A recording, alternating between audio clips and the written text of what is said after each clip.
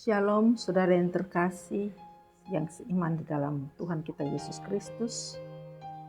Jumat tanggal 27 Maret 2026 kita kembali akan mendengarkan kebenaran firman Tuhan yang terambil di dalam 1 Tesalonika pasalnya yang kelima ayatnya yang ke-18. Demikianlah firman Tuhan. Mengucap syukurlah dalam segala hal, sebab itulah yang dikehendaki Allah di dalam Kristus Yesus bagi kami. Amin. Berbahagialah kita yang mendengarkan kebenaran firman Tuhan, menghidupinya di dalam seluruh keberadaan hidup kita. Dan renungan ini saya beri tema, mengapa orang Kristen harus mengucap syukur. Saudara yang terkasih, mengucap syukur itu bukan hanya perlu saudara, tetapi harus merupakan satu bagian yang tidak dapat terpisahkan dari kehidupan kekristenan kita.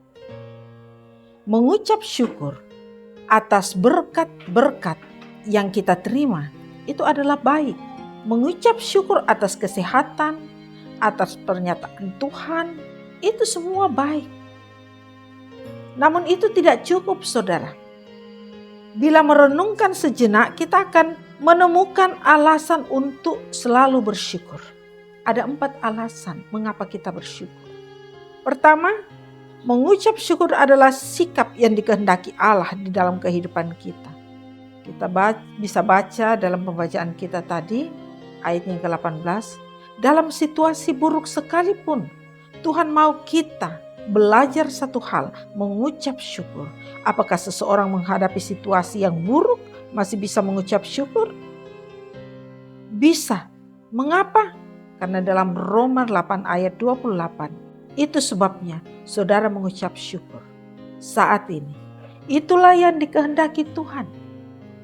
Yang kedua, mengucap syukur adalah tanda bahwa Roh Kudus ada di dalam hati kita.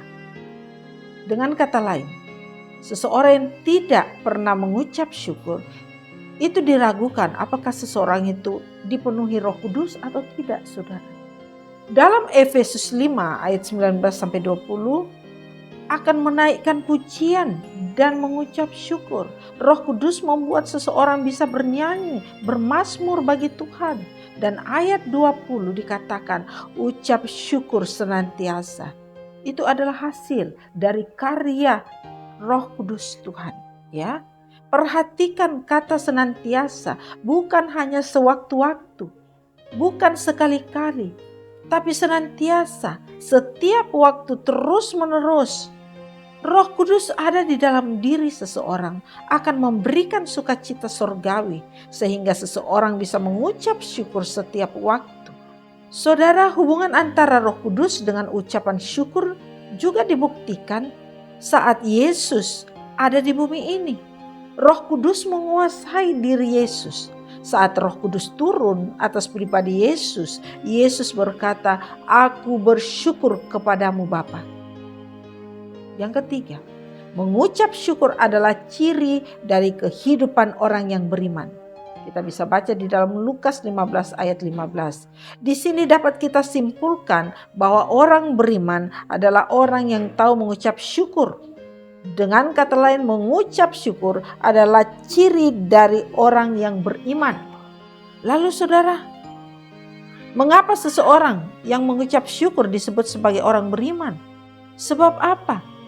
Sebab mengucap syukur merupakan pilihan, bukan perasaan. Saudara mengucap syukur saat suasana hati baik, gembira, senang, sukacita, itu sangat mudah saudara kita lakukan. Namun mengucap syukur yang dimaksud sebenarnya bukan dipengaruhi oleh perasaan hati, tapi merupakan pilihan. Kita memilih untuk mengucap syukur sekalipun suasana hati kita belum terasa nyaman atau persoalan belum selesai.